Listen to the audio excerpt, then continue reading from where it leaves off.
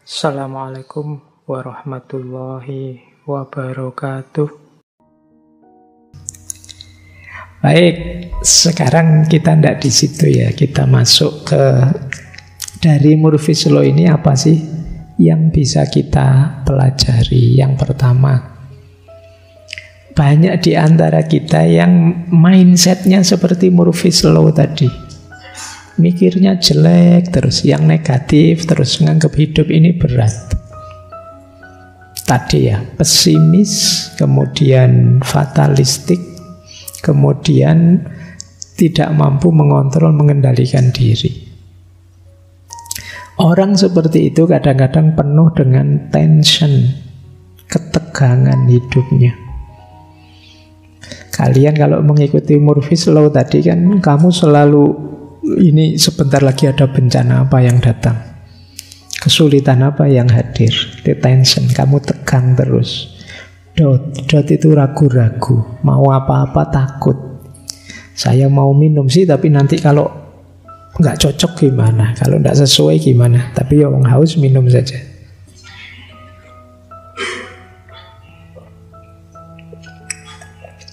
Terus cemas, ketakutan. Semoga yang ikut ngaji tidak ada yang begini-begini ya. Tegang, serba ragu-ragu, cemas, takut tanpa alasan. Mikir-mikir sendiri, takut-takut sendiri. Jangan-jangan nanti ada ini, jangan-jangan gitu. Kamu jangan-jangan sendiri dan takut sendiri. Cemas, anxiety. Jadi sekedar pusing sedikit, jangan-jangan ini gejala stroke ini ya, jangan-jangan ngono kamu susah karepe dhewe. Karena mungkin itu diantara efeknya hari ini banjir informasi itu kan begitu.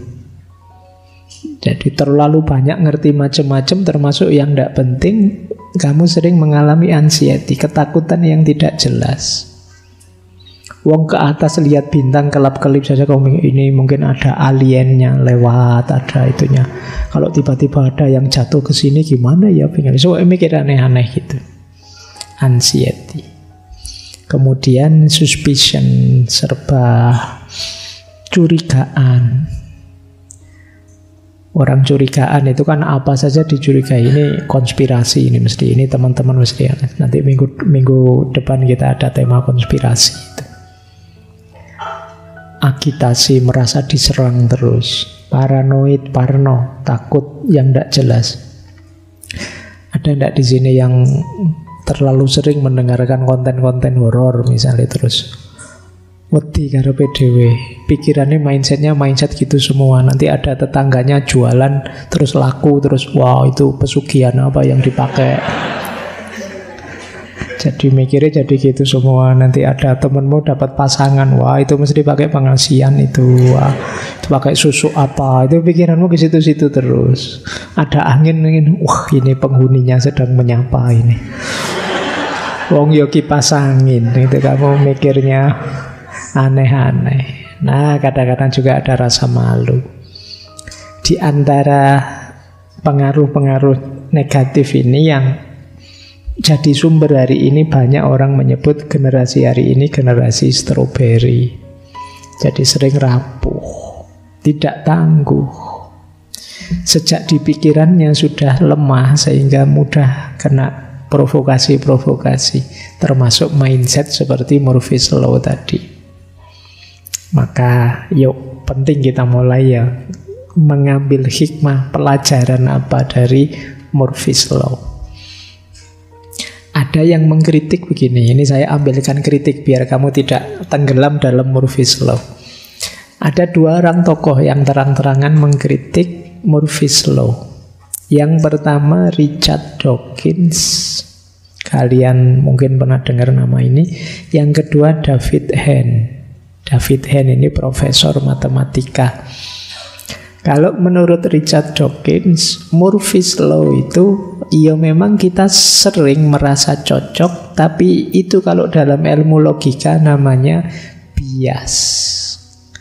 Nah, kalian kalau baca buku Sesat Pikir dan Cacat Logika itu, Ini namanya bias konfirmasi. Jadi bias konfirmasi itu karena pikiran kita sudah begitu, maka kita hanya nyari bukti yang begitu. Nyari bukti yang mengkonfirmasi kepercayaan kita. Setelah ini mesti aku yang susah ini. Misalnya kamu mikir begitu, loh, kamu akan mencari bukti yang cocok, yang mengkonfirmasi pandanganmu tadi. Seandainya terjadi sesuatu yang sebaliknya, tidak kamu anggap. Ya. Sama kayak kalian misalnya punya keyakinan, pokoknya kalau habis apalah nabrak kucing apa nginep di kamar nomor berapa 13 itu kan, kamu menganggap itu sial misalnya. Loh, bias konfirmasi itu karena kamu yakin itu sumber kesialan. Setelah itu kamu akan mencari kesialan-kesialan dalam hidupmu, kamu sambungkan ke situ. Kalau kamu ngalami enak, ndak kamu pikir ke situ. Tapi begitu kamu ndak enak, ini gara-gara kemarin habis nabrak itu mesti. Ini namanya bias konfirmasi. Bahkan mungkin peristiwanya sudah jauh. Kamu mungkin setelah nginep di kamar nomor 13 misalnya, hidupmu nyaman-nyaman saja. Tapi begitu kamu ngalami kesulitan 3 tahun kemudian, kamu sambungkan ke situ juga. Wah, itu mungkin dulu karena saya nginep di kamar nomor 13 itu. Ya meskipun mungkin tidak ada ya katanya. Jadi ini namanya bias konfirmasi. Ya buktinya mesti saja cocok. Karena apa? Kamu cari yang begitu. Jadi yang tidak cocok tidak kamu lihat. Sama kayak kamu misalnya orang barat nganggep, wah Islam itu teroris. Bias konfirmasi itu dia akan mencari fakta, data yang mendukung pandangannya bahwa Islam teroris. Di luar itu tidak akan dia terima atau tidak akan dianggap. Loh ini loh anak-anak ngaji filsafat ini loh, tidak mikir teror sama sekali. Mikirnya Indomie, mikir gitu-gitu, dia tidak pernah mikir aneh-aneh pokoknya. Mikir tidak punya duit, mikir tapi kan tidak dilihat, tidak mungkin jadi data. Data yang diambil sesuai dengan pandangan sebelumnya, itu namanya confirmation bias. Kita sering seperti itu sebenarnya. Jadi kita disetir oleh asumsi-asumsi kita. Banyak cara berpikir kita yang diarahkan oleh asumsi ini. Wah, pokoknya jangan nikah sama orang dari daerah sini. Orang dari daerah sini itu bla bla bla bla.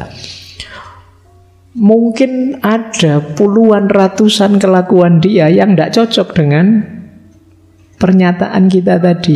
Hanya 1-2 kadang-kadang muncul yang seperti itu, dan 1-2 itulah yang kita pegang jadi buktinya. Ini namanya confirmation bias. Kayak tadi misalnya, benda jatuh selalu di sudut yang sulit kita jangkau. Karena kita sudah yakin ini dulu, maka kalau ada benda jatuh kok mudah kita ambil, tidak kita hitung. Tapi begitu jatuhnya sulit, baru ini kita anggap, nah kan mesti sulit begini, kan mesti begitu.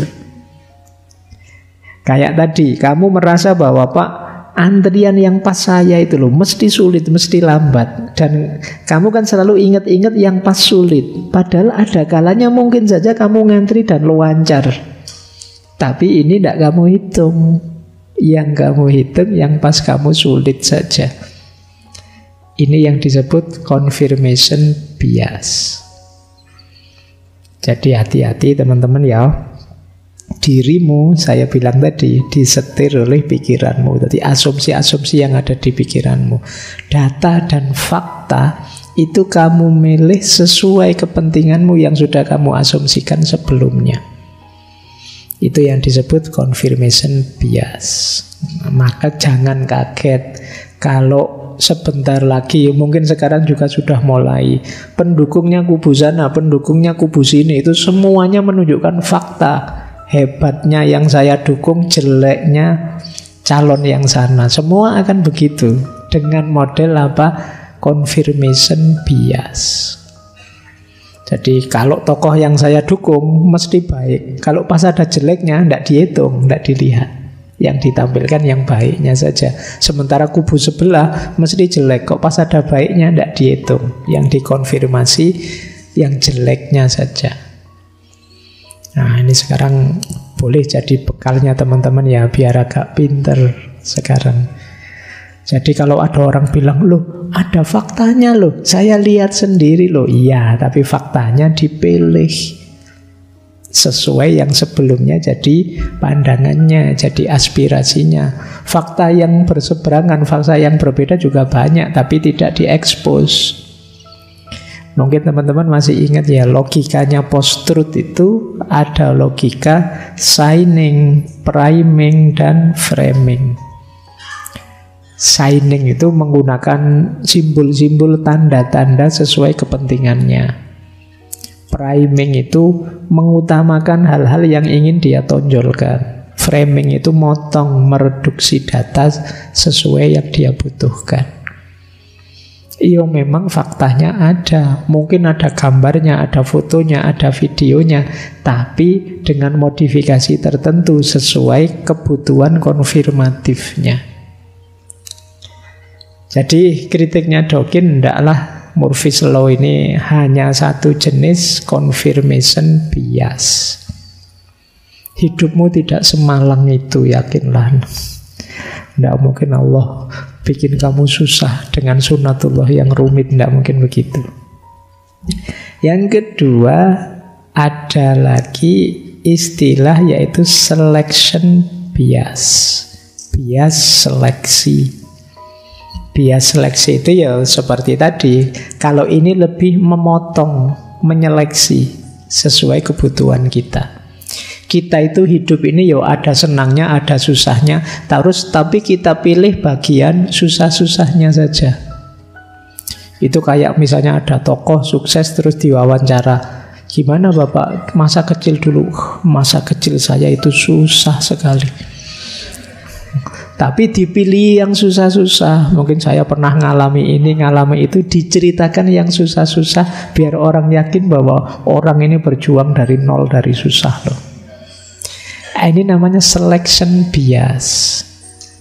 Jadi yang enak-enak tidak disebut, yang lancar-lancar tidak disebut. Yang disebut sesuai yang dia butuhkan. Itu namanya selection bias.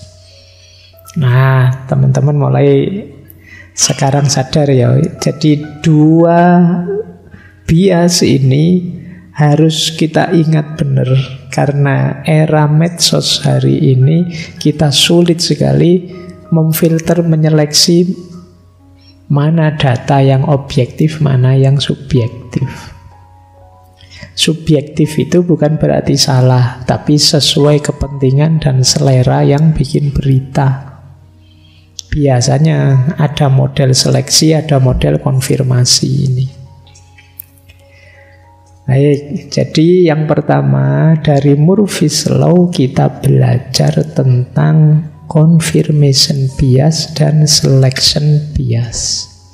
Ini salah satu cara kita berliterasi menghadapi dunia digital hari ini yang luar biasa dengan banjir informasinya. Oke, untuk malam hari ini saya cukupkan sekian dulu. Mohon maaf kalau ada yang kurang berkenan, mungkin 1-2 kekurangan apa, mohon dimaklumi. Kalau ada kekhilafan, kealpaan yang teman-teman ngerti benernya seperti apa, ya silahkan disampaikan. Kurang lebihnya mohon maaf.